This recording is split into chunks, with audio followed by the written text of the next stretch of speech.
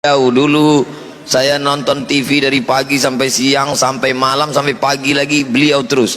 Tidak pernah terlintas di pikiran saya bisa satu majelis dengan beliau. Allahu Akbar.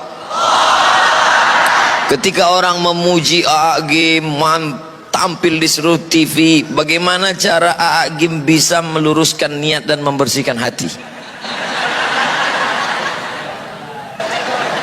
Ini mah jadi bulak-balik begini hadirin. Dulu Ustadz, Ya. kita ngobrol aja lah ya. Baik. Dulu tidak pernah menyangka akan menjadi posisi seperti ini. Ya. Tetapi entah bagaimana takdirnya tiba-tiba menjadi dikenal sebagian orang. Allah. Padahal secara keilmuan belum siap, dan ada lagi yang belum siap, keimanan belum siap. Jadi ketika makin populer, makin di banyak tampil, ternyata saya kehilangan yang sangat besar, yaitu rasanya kehilangan kedekatan dengan Allah dibanding sebelum dikenal orang. Jadi ustadz populer malah jauh dari Allah. Iya, itu sampai tahun 2006. Insyaallah. Sebelum Allah memberikan karunia, ditegur, diingatkan, sehingga alhamdulillah. Mudah-mudahan sekarang sudah bisa lagi nginjak bumi. Kalau dulu jadi terbang kayak balon gas karena ketipu atau tidak siap dengan popularitas. Gitu Ustaz. Sekarang gimana Ustaz jadi orang populer, Han? Ini pas umur saya dulu, Pak. Saya dulu mulai diuji popularitas umur 39, 38, 39 mulai di TV. Ustaz sekarang lagi populer-populernya nih. Tapi saya mulai diuji umur 45, Ustaz 43, 2 tahun duluan Ustaz. Bagaimana mungkin orang yang berada di masjid, yang semestinya mengingat Allah, yang mestinya berhadapan dengan Allah, tapi justru melupakan Allah? Ini kan ujian luar biasa. Ya, memang kalau mulut mudah menyebut Allah, tapi hati belum tentu. Dan bahayanya penceramah model kita, Ustadz, ya. Kalau orang awam, Wali, alhamdulillah nih tuan rumah. Waalaikumsalam warahmatullahi wabarakatuh. Bang, apa kabar? Masya Allah Pak Wali. Masya Allah. Ya, lanjut mau ikut gabung sini Pak Wali. Makasih Pak Wali, alhamdulillah. Beliau harus banyak didoakan karena jadi orang yang ditakdirkan diberi amanah berat di Batam ini, betul? Jadi kalau lihat pejabat tuh harus kasihan, ya. Jabatannya tidak lama di dunia, tapi hisabnya lama di akhirat.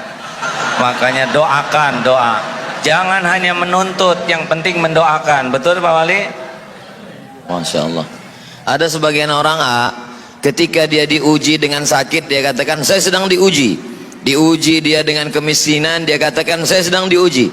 Tapi ketika dia punya popularitas, punya jabatan, dia menganggap ini nikmat. Logika berpikir seperti ini betul atau keliru? Salah. Kok jadi saya yang jawab terus?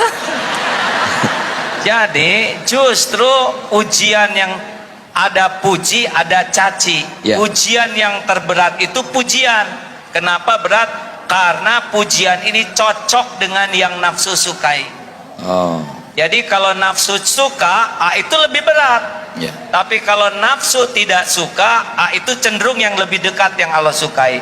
Seperti tidur, tahajud atau tidur, pasti nafsu sukanya tahajud atau tidur? Tidur. Nah, makanya itu lebih berat. Jadi dipuji itu lebih berat daripada dicaci. Karena kalau dipuji kita sudah suka jadi merasa seperti apa yang dikatakan orang. Wah, Ustadz Abdul Somad soleh. Wah, itu lebih bahaya daripada Ustadz perbaiki dong.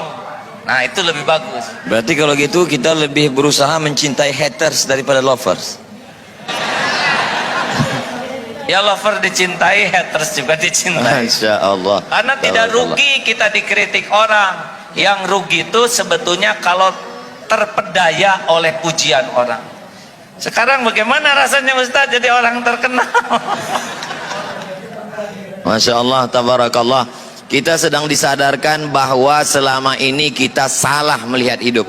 Selama ini kita merasa kalau sedang sakit diuji Allah, ketika kita sedang miskin diuji Allah, ketika kita sedang dapat jabatan, alhamdulillah saya diberi. Padahal sebenarnya juga bagian dari, Dan lebih berat ujiannya. ujian jabatan. Iya. Ujian popularitas. Lebih berat Pak. Kalau orang populer seperti Ustadz Abdul Somad ini ya. Ada contoh lain enggak? Udahlah giliran. Kalau orang tidak dikenal bikin kesalahan bisa dia sendiri Pak. Ya. Tapi kalau model orang hampir nyebut kita, model Ustadz yang terkenal ini Ya. bikin satu aja kesalahan, Ya. ditiru orang banyak, udah nggak tahu gimana ngejar tobatnya itu. Dosa jariah. Iya, dan terus disampaikan, apalagi sekarang dengan seperti ini lebih sensitif lagi. Insya Allah. Makanya siapapun, dan orang terkenal itu bukan karena maunya orang, karena maunya Allah. Ujian, tidak usah ingin terkenal, dan kalau nggak ada takdirnya nggak akan pernah terkenal. Tapi yang udah ditakdirkan terkenal harus obat habis-habisan supaya tidak terpedaya oleh keterkenalannya. Gitu. Bagaimana memanage hati kita supaya kita tidak terpedaya oleh setan yang luar biasa? Jadi terbalik, ini tidak sesuai rencana saya. Rencana saya mau dengerin Ustadz ceramah. Saya sedang belajar ilmu tauhid. Bagaimana mensucikan hati, Gimana jemaah? Gimana membersihkan nih, hati. Tidak boleh mengadu ke jamaah. Oh gitu ya. Aneh pada saya tuan rumahnya. Begini Ustadz, kata guru saya, kalau kita sedang diuji dengan dihormati orang lain, Ya. pokoknya kalau orang menghormati kita pasti minimal dua hal. Satu, yang dipuji oleh orang itu pasti karunia Allah. Ya. Wah ini pintar, pasti karunia Allah. Ya. Wah ini hebat, pasti karunia Allah. Wah ini kaya, pasti karunia Allah. Pokoknya kalau orang muji kita, yang dipuji itu pasti pemberian Allah. Pemberian Itu Allah. yang pertama. Jadi kita harus tahu, oh ini yang dipuji pemberian Allah. Yang kedua, kenapa kita dipuji orang? Karena Allah menutupi aib, dosa, kejelekan dan kekurangan kita. Nah kata guru saya, kalau kita sedang dikagumi orang, dipuji orang, sibuk lihat apa yang Allah tutupi daripada sibuk menikmati pujian penghargaan orang. Masya Allah, tabarakallah. Jadi sebenarnya ketika kita sedang dimuliakan, diagungkan, dihormati, disanjung tinggi, sebetulnya bukan prestasi kita, tapi karena pemberian pinjaman Allah, dan Allah menutupi aib cacat kita. Benar, dan itu ujian lebih berat daripada nggak ada yang muji. Kenapa Allah tidak buka? Itu semua karena sayang Allah kepada kita. Sayang Allah, mungkin doa orang tua, mungkin kita pernah nolong seekor kucing, mungkin kita pernah ngasih minum burung, dan Allah suka dengan kebaikan kita, yang kita tidak merasa hebat dengan kebaikan itu, tapi Allah suka. Biasanya orang bicara tentang masalah dunia ini, dia melihat yang di luar, ekonomi, politik, sosial, budaya. Tapi lebih mengajak kita untuk melihat ke dalam. Sebenarnya masalahnya ada di dalam hati kita. Mengapa? Lah kan jelas sekali Ustaz, innallaha la yanzuru ila suwarikum wa amwalikum walakin yanzuru ila qulubikum wa a'malikum. Ya. Allah tuh tidak lihat rupa dan harta, tapi Allah melihat hati dan amal.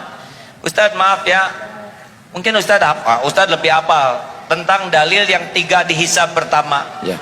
Yang pertama mujahid, Ya. yang merasa berjuang sampai terbunuh di medan perang. Ya. Dan ketika dihisab, ditampakkan nikmat, dia mengakuinya. Apa yang kau lakukan? Ya Allah, saya sudah berjuang sampai saya mati di medan perang. Saya lakukan lillahi ta'ala. Apa Allah menjawabnya? Kadzabta, dusta kamu, bohong kamu. Ya. Kamu berjuang karena ingin dianggap pemberani, dan sudah engkau dapatkan pujian itu. Akhirnya dia diseret, tertelungkup, masuk ke dalam neraka. Bukan kurang perjuangannya, Yeah. bukan kurang pengorbanannya, bukan kurang pengakuannya, yang kurang cuma satu, hatinya lebih